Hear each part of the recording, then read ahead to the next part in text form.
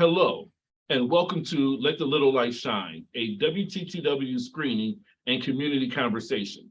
My name is Tim Russell, Vice President, Community Engagement and Diversity, Equity, and Inclusion for WTTW and WFMT. And our purpose is to enrich lives, engage communities, and inspire exploration.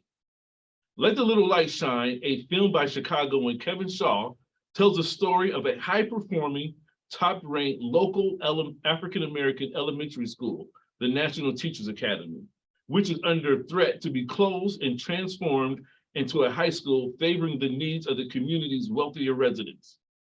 Parents turned organizers, students, and NTA educators and staff mobilized to fight for the survival of the school, a safe haven for children and a community bedrock in Chicago's fastest growing neighborhood, the South Loop.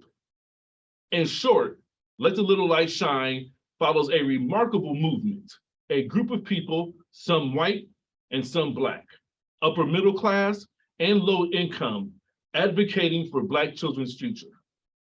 Let the Little Light Shine premieres on all WTTW platforms on Monday, December 12th at 9:30 p.m.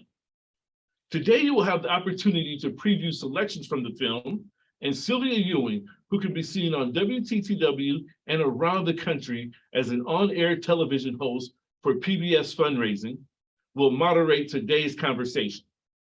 Finally, a special thanks to our members, national partners, Independent Lens, ITVS, School Film, Public Black Media, PBS, the Corporation for Public Broadcasting, the Fields Foundation of Illinois, International Documentary Association, Pere Lorentz Fund, Catapult Film Fund, Firelight Media, and Cartenquins Films Diverse Voices in Documentary. Now, let's watch the trailer for Let the Little Light Shine, followed by Sylvia Ewing, who will introduce our panelists and will moderate today's conversation. I hope you enjoy the show.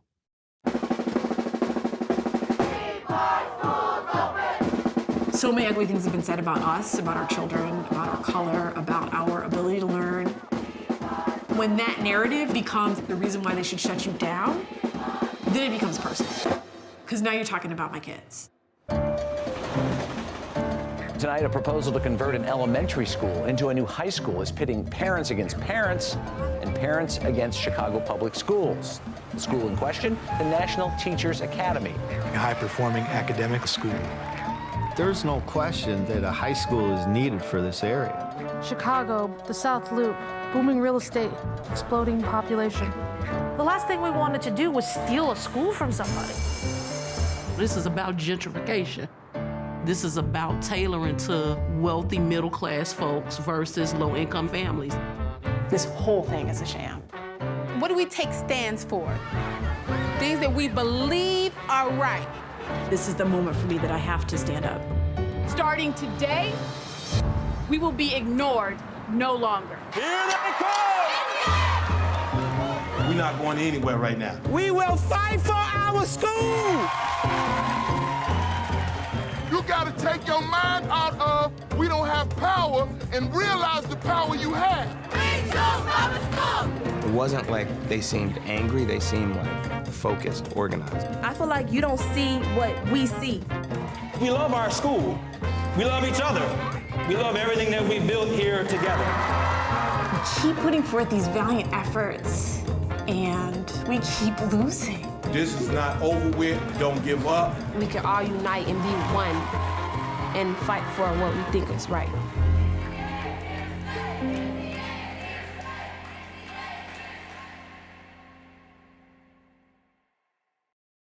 Thank you, Tim, and thank you for joining us for another community conversation about an important and powerful issue and the documentary that you'll get a chance to see that tells you the story. But this is a chance to meet the folks who know the story firsthand. Let the Little Light Shine tells a powerful story of people in a community, regular folks, speaking truth to power, standing up and winning.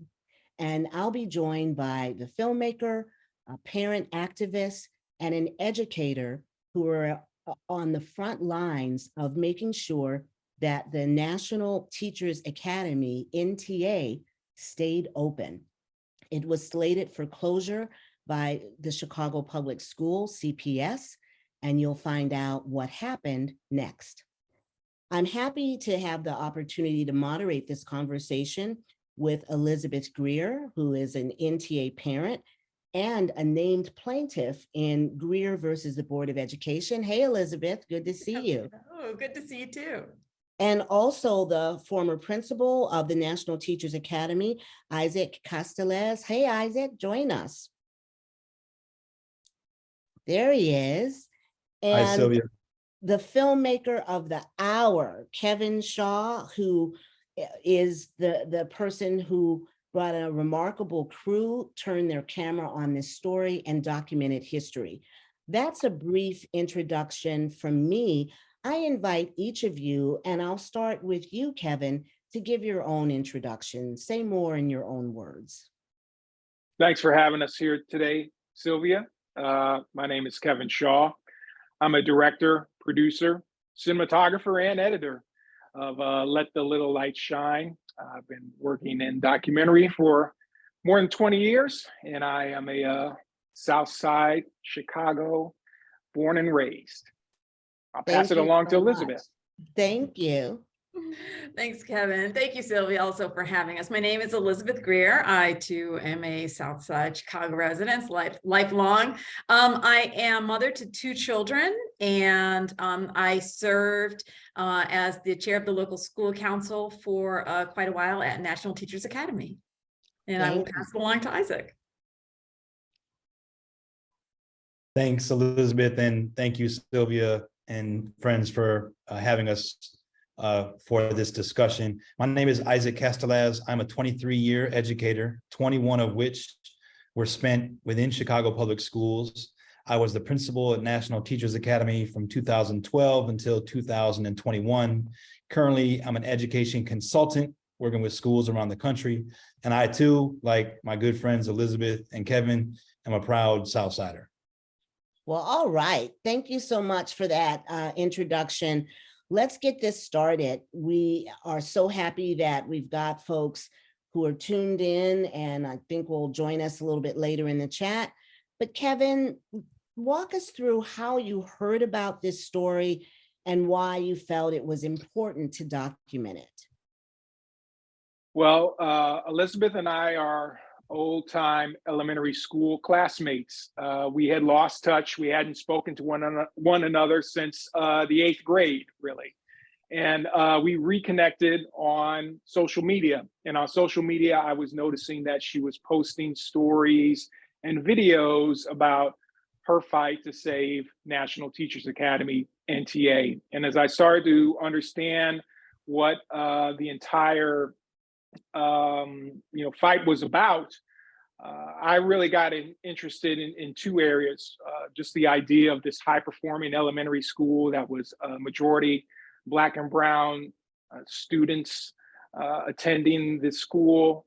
The idea that the city wanted to close this school down and transform it into a high school to benefit the South Loop neighborhood's wealthier residents. That didn't seem right to me, and it spoke to some of the greater issues that our country has always dealt with when we talk about race and class and power and privilege.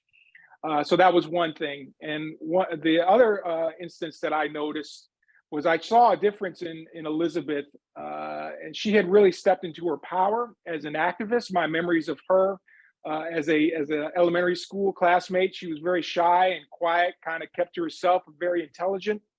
And these videos that I saw her participating in, she had really just found her voice. And it really spoke to this idea of everyday citizens having this ability to kind of become activists, step into their power, and collectively fight social injustice. So those were kind of the 2 main issues that I wanted to explore with the documentary there. And I felt like this story was fertile ground for it.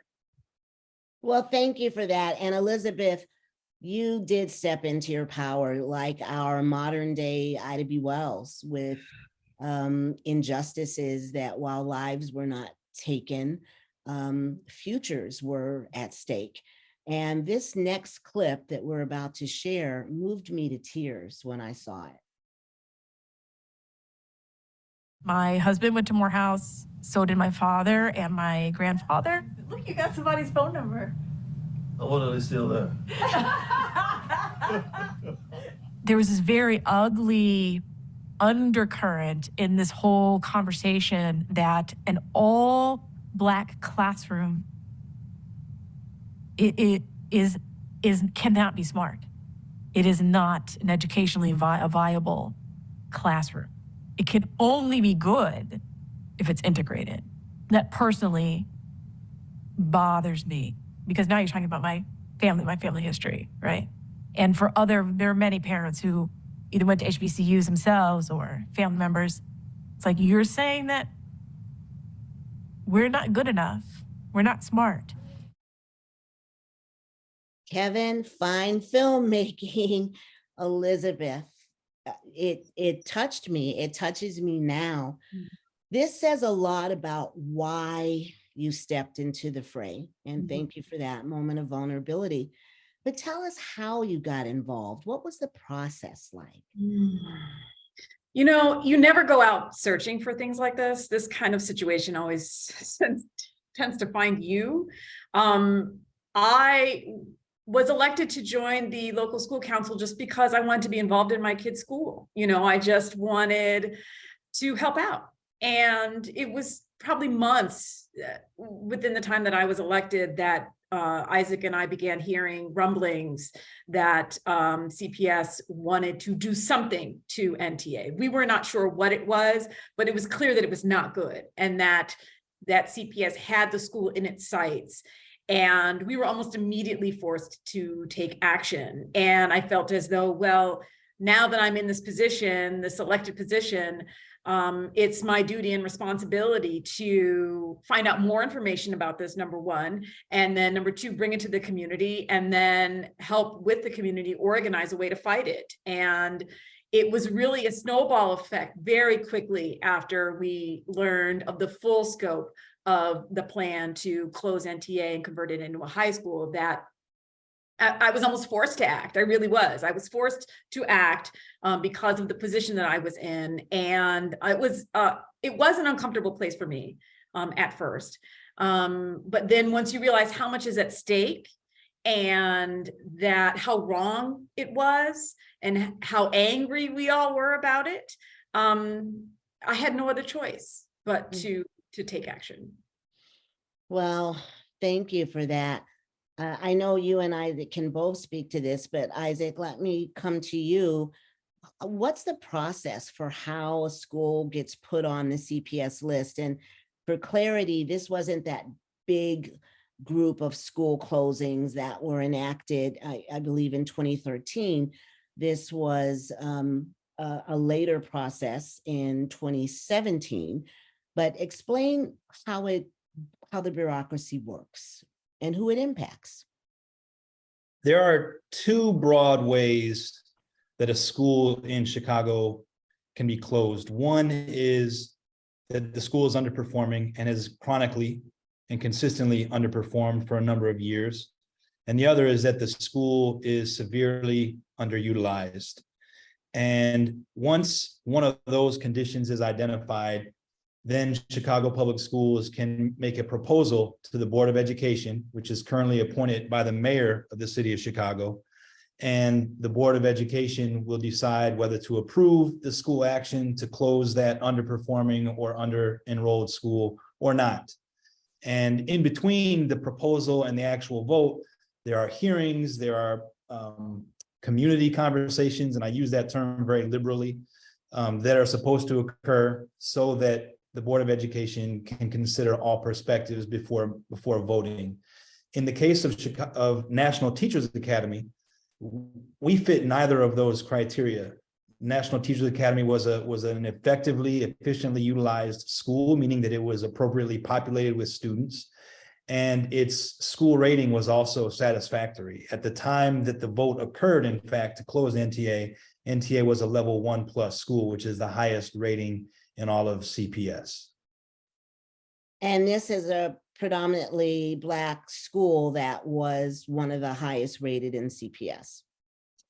Yes, in fact, Elisabeth and I crunched the numbers years ago when we were engaged in this fight together, and we concluded, based only on the numbers, the National Teachers Academy was unique in its profile, and that only between 6 and 10 other schools in the entire city possessed NTA's unique performance, demographic, school culture and climate ratings, and so forth. And so NTA was an incredibly unique school, and is a unique school which ought to and should have been modeled. And instead, Chicago Public Schools was acting to close the school.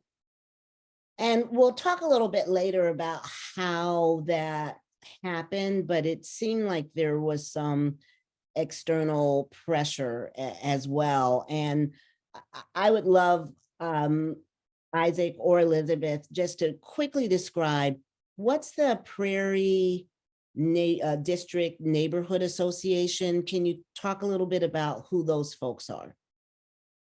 Sure. So the Prairie District Neighborhood Alliance is a very small, it's almost like a 4x4 square block radius that is zoned into, much of it is zoned into National Teachers Academy's school boundaries.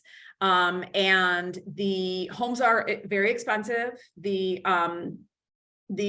standard of living is very high in that neighborhood. The homes are also very old. Many of them are historic. And the residents who live there are much wealthier than the students who attend NTA. It's important to note that our student population is majority low income. And essentially, there were some very connected people in that neighborhood who were extremely unhappy that they were zoned into National Teachers Academy because they felt as though the profile of the school did not reflect, as they would say, the character of the neighborhood. And I think, there are a lot of dog whistles. Once people view the movie, you will hear lots of dog whistles, and that was often one of the dog whistles. The other issue that those neighbors had problems with was their neighborhood high school that they were zoned into. So they are zoned into Phillips, which has a huge boundary.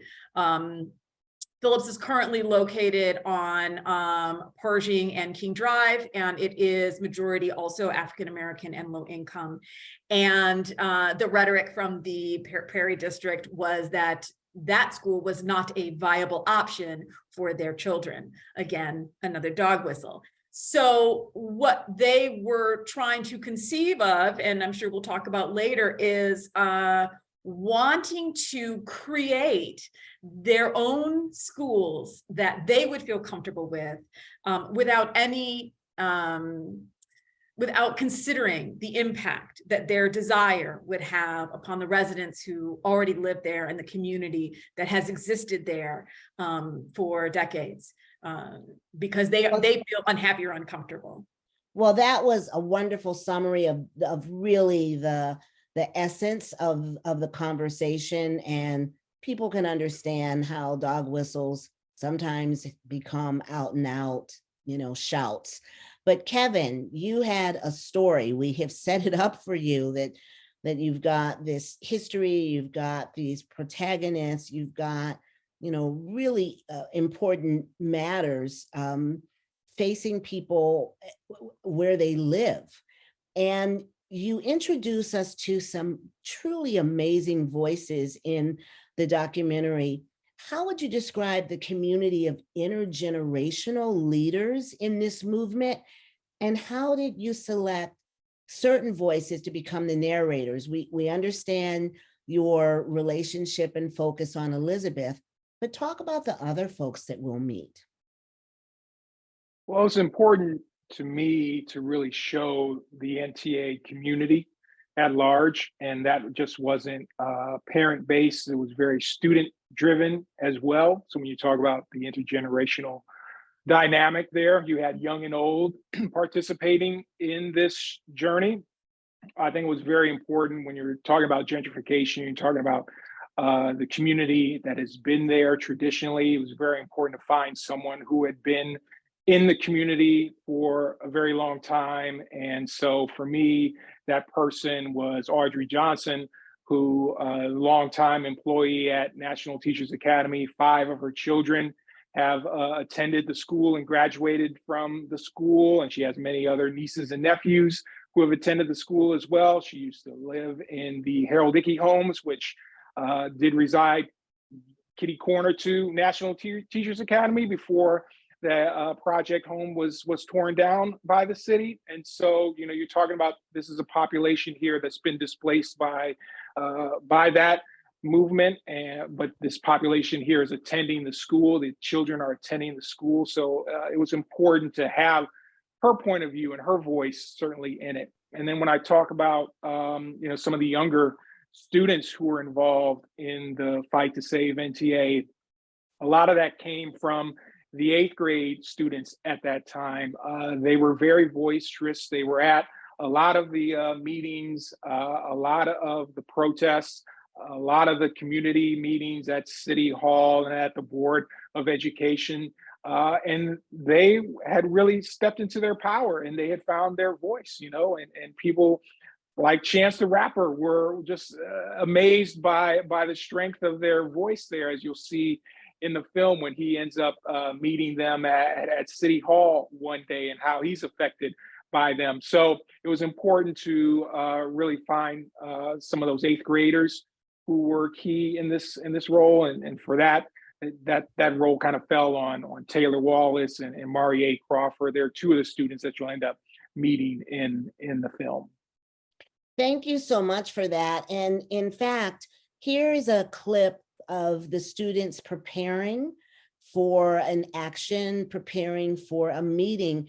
But what I think is very interesting about this is, I believe they're referencing not only the CPS administration, but also some of this alliance, these neighbors who had made a lot of judgments about them. Let's view that clip. They haven't been to our school, so they shouldn't be speaking on a situation that they don't know anything about. It's the fact of that they're turning like a minority Black level 1+ school into a high school. And that's just saying, that's basically saying, I have this power, I can take what I want without anybody doing something, which really makes me mad because that's not the truth. It's like, in their decision or power, they're taking that away without considering maybe what that means to you or to your families or to this community. And they're not even thinking about all the stuff that NTA has to offer. Like, we got iPads, Chromebooks, we have a swim pool, we have a drama class, Spanish class, a lot of different stuff. The thought needs to be stuck in their head, like NTA is a force to be reckoned with, and that we're not just a school, we're a community. That just blows me away. We're a force to be reckoned with. When we always say young people are our future, I heard in another documentary, a young person say, well, why can't we lead you into this? And Elisabeth, Isaac, you all did a great job, and Elisabeth in particular, because you all were the activists of letting the young people lead and being shoulder to shoulder. But this was not your life plan, Elisabeth Greer. You're channeling the spirit of these other powerful Chicago women, Willie Barrow, Nancy Jefferson, Ida B. Wells, Elisabeth Greer. What was your lowest moment, and why did you keep going anyway? Oh, that's a great question. You know, there were so many low moments. I think that probably when they passed the vote, when they actually voted to close us, then that was an extremely low moment. And Kevin, you know, captured that, you know, so beautifully on film. We knew that it was coming, but it was almost as though we were hoping that all of our actions up until that point would stop it. And so when it didn't, and when they voted to close us, it was devastating. It was absolutely devastating. And we were only really able to climb out of that hole because we emotionally knew that we could now pivot finally to the lawsuit. And so because we had asked our lawyers over and over again, like, can we do it now? Can we do it now? Can we do it now? Can we do it now? And they're like, no, you cannot do it legally until CPS board has made a final decision. And so while the final decision was devastating emotionally, it was also a tiny pinprick of hope, because we knew, well, finally now we can file the lawsuit and go into stage 2 of the fight. Well, thank you for that. And I think we'll see a little more about the lawsuit later. But Isaac, I asked you the same question. And there also seemed to be this sense from CPS that you were a ringleader stepping out of your role as an educator. They were raking you over the coals quite seriously as well. But so what was your lowest point and how did you pull out of it? My lowest point was captured in the documentary for me personally. And that was when I was summoned to the CEO's office in the wake of a planned event that CPS intervened and disrupted so that the event never occurred. Chance the Rapper was supposed to visit our school, and that never happened because Chicago Public Schools was determined to stop him from visiting and advocating for our school to stay open. When CPS found out about that, I was summoned downtown the same day, and I had a very uneasy conversation with the CEO at the time and the district's lead lawyer. I felt very strongly that day that I was going to be terminated, and even made preparations with my assistant principal at the time for her to take over upon my dismissal. There were other occasions where I felt like my dismissal, my demise was at hand, but that was the one where I came closest to being fired. And as you pointed out, I was not an activist in the streets like Elisabeth and other families were, but I actively spoke out against the proposal. I made my views very much public to my community and to my supervisors and bosses whenever I could. And that I think upset CPS, because the expectation is that a principal who is appointed and paid by the Board of Education is supposed to follow and comply with the policy and school action, such as closing NTA and converting it into a high school. And I did not do that. I tried to be as disruptive as I could while still keeping my job at the same time. Well, I love your responsibility that you were prepared. You had your pretty amazing assistant principal standing by just in case, which it shows the level of commitment and responsibility to your school community. So I think that there was a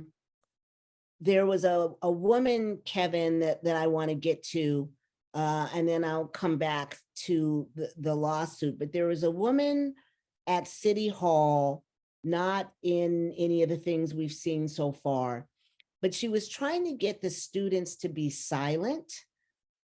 She had something, it could have been something tragic, but to me, it looked like one more person asking these young people to put their needs on the back burner for someone else's agenda. Give us just a little snippet about that, and am I off, or is that correct? No, you're kind of spot on there. So that day, that was the day that the Board of Education voted on whether to close NTA. And that day, students had rallied at the Board of Education and then took their protest to City Hall. And they were trying to take it directly to the mayor at the time, Mayor Rahm Emanuel. And so they're up in that office area there, that lobby area of City Hall. And there was a press conference going on at the time involving a family who had lost their loved one to a drunken driving accident. I believe it was a police officer. And so the students, inadvertently had come up during that same time while this press conference was going on. And so this PR person from City Hall did ask the students if they could be quiet, but the way that she did it was the thing that I think touches on to some of the themes that you just mentioned. It was kind of this very dismissive attitude, I think she said something to the effect of, could we finish this real quick and then you guys can go on and do your stuff, is how she kind of characterized the protest. And that really irritated everybody. and I felt it too, being there, documenting that particular scene. And I will say this is a scene that for a lot of people, really, I think they bring their own kind of bias and the way they see the world into it. Some people say, well, maybe the students, maybe they could have been quiet just for 5 more minutes here and let them continue this press conference.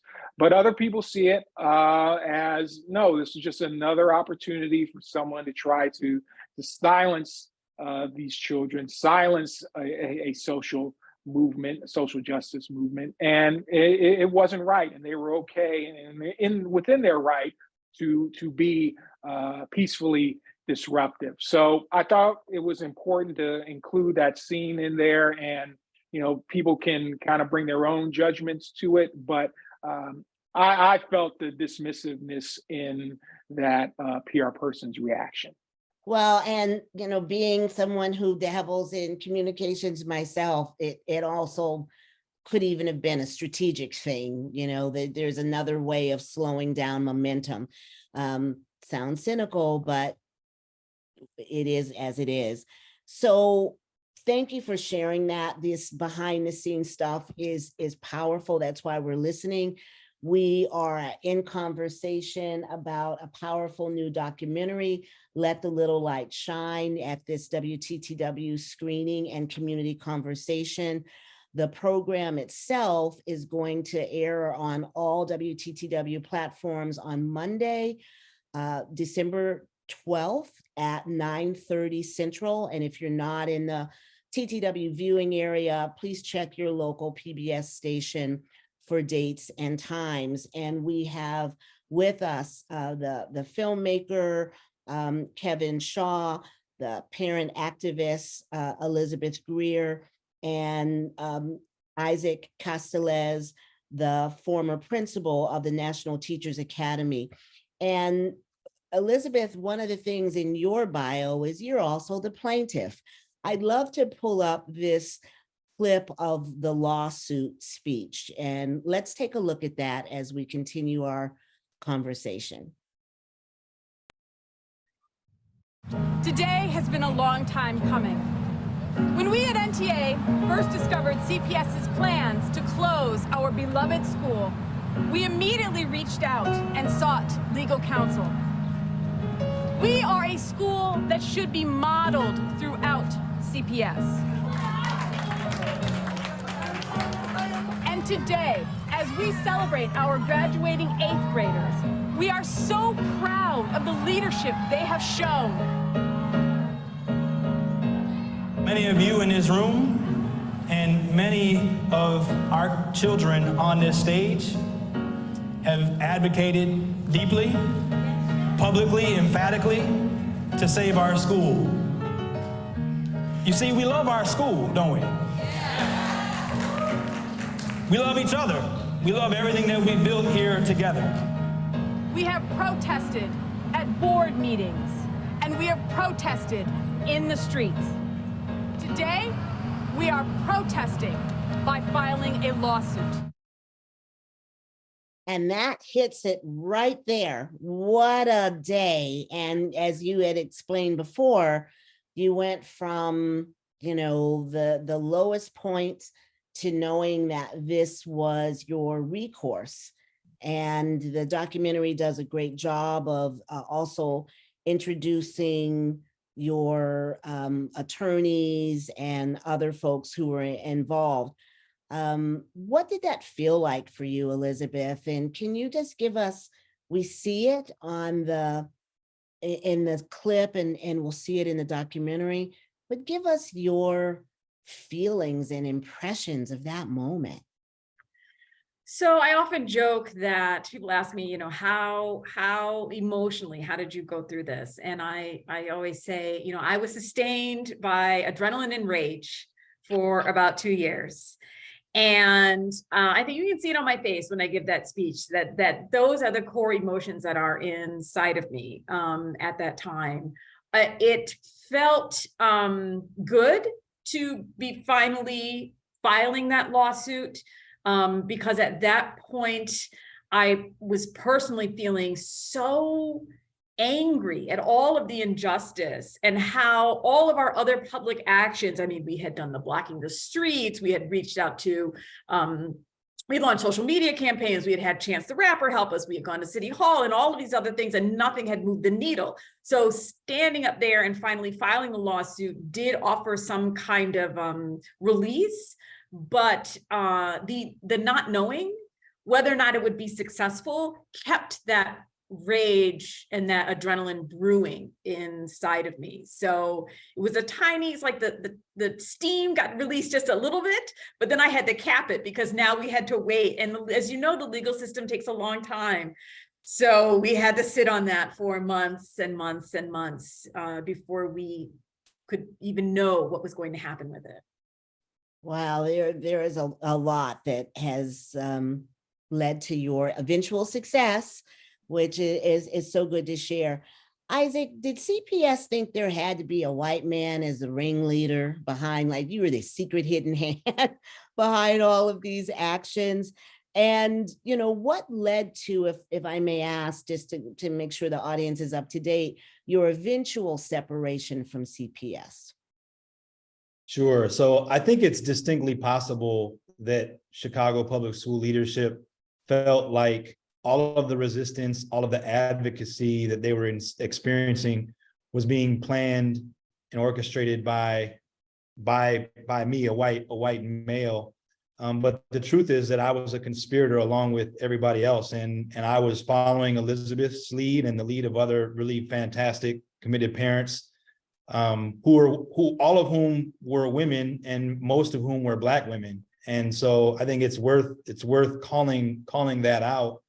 But I do think that you touched on something there, Sylvia, which is the idea of like white shielding, white people advocating for their own interests by shielding through the interests of people of color. And that was definitely in play here with this particular proposal. In the film, there is, it's not covered as much, but Chinatown, which is a neighboring community right next to NTA, has been advocating for a community high school. And the wealthy white residents of South Loop, the South Loop Prairie District, which we mentioned earlier, tried to align themselves with Chinatown and with leaders in that community to try to explain that this high school was for Chinatown as much as it was for the South Loop. But all of the connecting the dots, all of the political advocacy, all of the cajoling behind the scenes was done by white, wealthy whites from the Prairie District neighborhood. So I think the element of race, which I know we'll talk about later, was definitely in play here in this particular proposal. Well, and we can talk about this specific thing right now. Elisabeth's father has said in the documentary that this whole situation reminded him of the South, the segregated South, the Jim Crow South. On the other hand, based on what I heard from the Prairie District Alliance leadership, someone who said that she was bigger than an activist. She's more like Daniel Burnham, and another member who bragged about influence to people in power, in education, and high up in the greatest administration or the top administration in the country. I see a story of as old as Chicago of just influential people who know a guy, who feel that they can be the loudest, if not the largest, and they can be the most impactful, if not the folks with right and justice on their side. So what do you think, and I'll ask this of all of you, these actions say about who has power and privilege and how they use it? And I'll come to you, Elisabeth. Yes, I think it's interesting. You're right. This is as old as Chicago itself. And because Chicago was so racially segregated, this of course gets tied up in race. I think what was the most insidious about this, I mean, there were many things that were awful, but one of the most insidious things is how the system of white supremacy and racism will use Black and brown faces to perpetuate itself. And so while the news, and you can see through the story that is told from the perspective of the residents of the Prairie District, you can see how far back, right, they had been conniving to take over NTA. It predated even Isaac's term as the principal. So they've been working on that power play for a very long time. But when it came time to actually do the action, they got the CEO of Chicago Public Schools at that time, a Black woman, to deliver the message, right, that this is good for your community if we destroy you in this way, right? And no, it can't be racist, because here I am, a Black woman, telling you that this is how we are going to destroy your community and dismantle it, and tell you that it's better for you if we do it this way. And so that's how white supremacy works, is that it has tentacles. And not all the faces look like the enemy. Sometimes they look like you, right? I mean, it's the old saying that not all skin folk is kinfolk, right? That for me to have Black women in particular try to tell us that dismantling a Black school is good for Black children was unconscionable, because they can't believe that. They know that that's not true. But and let's say a high performing, yes, well utilized school. Yes, absolutely, So, absolutely. Got yes, you. And absolutely. that CPS leader, I think that's another story about what eventually happened to her. Isaac, what's your perspective on that question of power and privilege? I think the question that you ask suggests that we need to think about ideas of and practices of racism differently than we have in the past. And I think that a lot of us have evolved our understanding and definition of racism. But I think within the general masses, in the general discourse that we have in this country about race and racism, we still think of racism as intent to harm, as the belief that one group of people is superior to another based on their skin color, or that it is one's hatred for another group of people based solely on their skin color. All of those things are still true of what it means to be racist, but racism can happen without ill intent, without a desire to hate or discriminate against. And so in this case, the fact that the CEO of Chicago Public Schools, the Board of Education of Chicago Public Schools, and other high-ranking officials, even elected officials, supported this plan speak to the fact that racism is a systematic thing. It is a mechanism that cares not what color your skin is, cares not what your beliefs about other people are.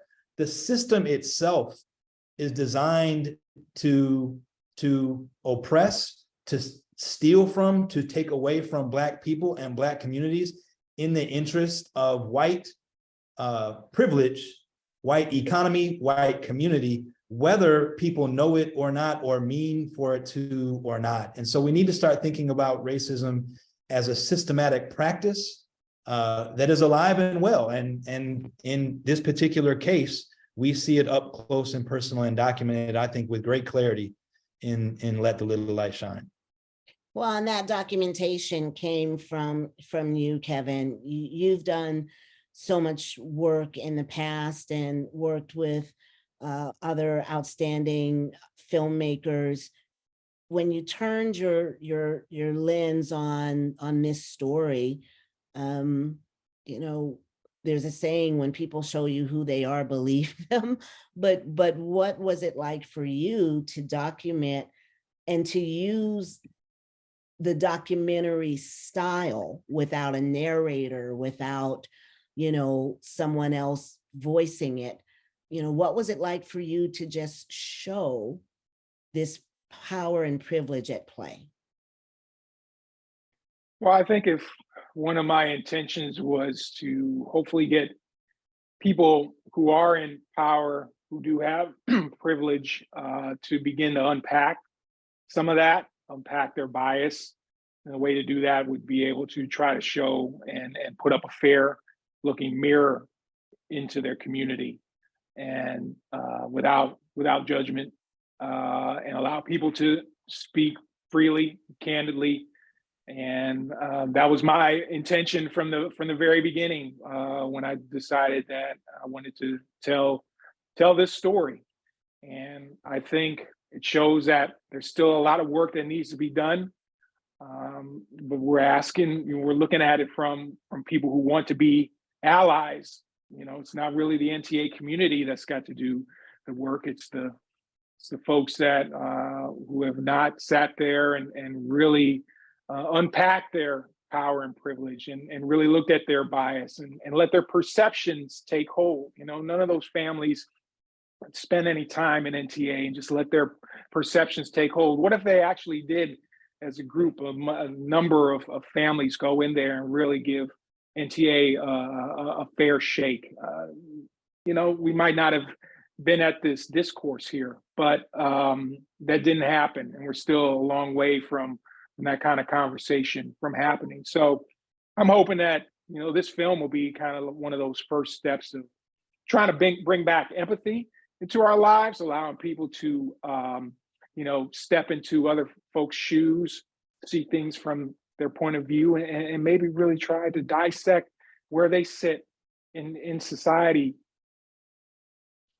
It's such a beautiful way, as we're really coming to the end of our conversation together. I know that you had a parent, a white parent whose child did go to NTA, who talked about being, you know, one family among perhaps 250 who saw the value of crossing whatever imaginary line and showing her children new ways to be with other kids who are different than them. So I'm reading my perception into that. The viewers, when they get a chance to watch the full documentary, can read more in. But I do want to point out that Kevin, you did have another character, and that was the incredible score by a name that folks in Chicago will recognize. Tell us who was your music leader.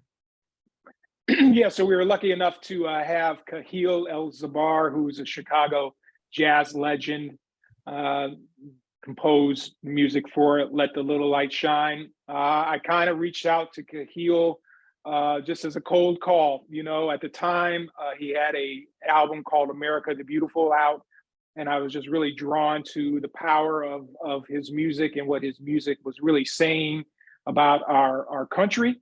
And reached out to him on email, and he reached back, and he really saw what we were trying to do with this film, and wanted to be part of the journey of really trying to get it out there. And so, yeah, it was a great collaboration to work with someone of his stature, and he's the guy who really gets, you know, creates another kind of emotional beat and through line for the documentary. I agree. Elisabeth, what did you say to your daughter? Does she understand your role in this heroic and historic education movement? She does now. Now she's 12. At the time, she was only in the 2nd grade. She's in the 7th grade now. She didn't, you know, and and certainly my son didn't. I mean, he's so very young in the movie. All they knew is that mommy had a meeting most nights. And they had to go and be with their grandparents. And so it was always like, oh, mommy, you have another meeting.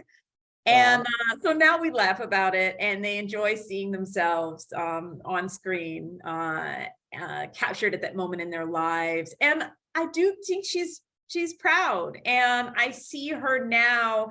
You know, she's got the lens, right? She has a sort of an equity and justice lens that I think she sort of picked up by osmosis, you know, from me and being engaged in the fight. I didn't want them too engaged, you know, because I wanted them to focus on their studies. I didn't want them to get too upset over, you know, what may happen to them. But now in retrospect, it's clear that she absorbed sort of the movement, and I think she'll move through the world with a great eye for injustice. They're always watching us. And I'll ask you, what do you hope that this documentary does in people's perspective? Why is it, Elisabeth, essential viewing for every Chicagoan and anyone who cares about the future of education and equity? Mm-hmm. Yeah, so you mentioned earlier that this is a David and Goliath story. And so what I hope that everyone viewing this understands is that in the battle between David and Goliath, that sometimes David wins. And that is not the story that is usually told, especially when you're talking about Black people. Usually our story is one of pain and anguish and violence, and not this time. This time we actually won. This is an uplifting story, and it can be your story too. That just because the system tells you that you can't, right? You can't fight, this is a done deal. We heard that all the time. You know, don't fight against this. This is a done deal. You know, your future has been laid out for you by some other more powerful folks. Don't listen to that. Take control of your own power and your own voice and chart your own future, because you can do it. There is power within people. Love it. Isaac, what about for you?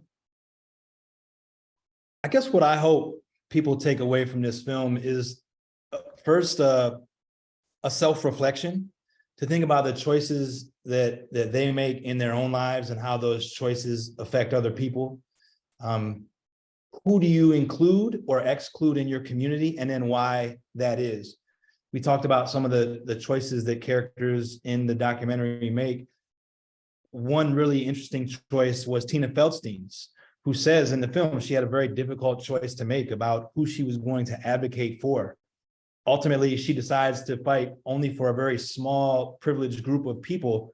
What if she had decided to form a bond with National Teachers Academy families and children and students? What if she had sent her own child or a relative to enroll at NTA? How might her narrative have been different?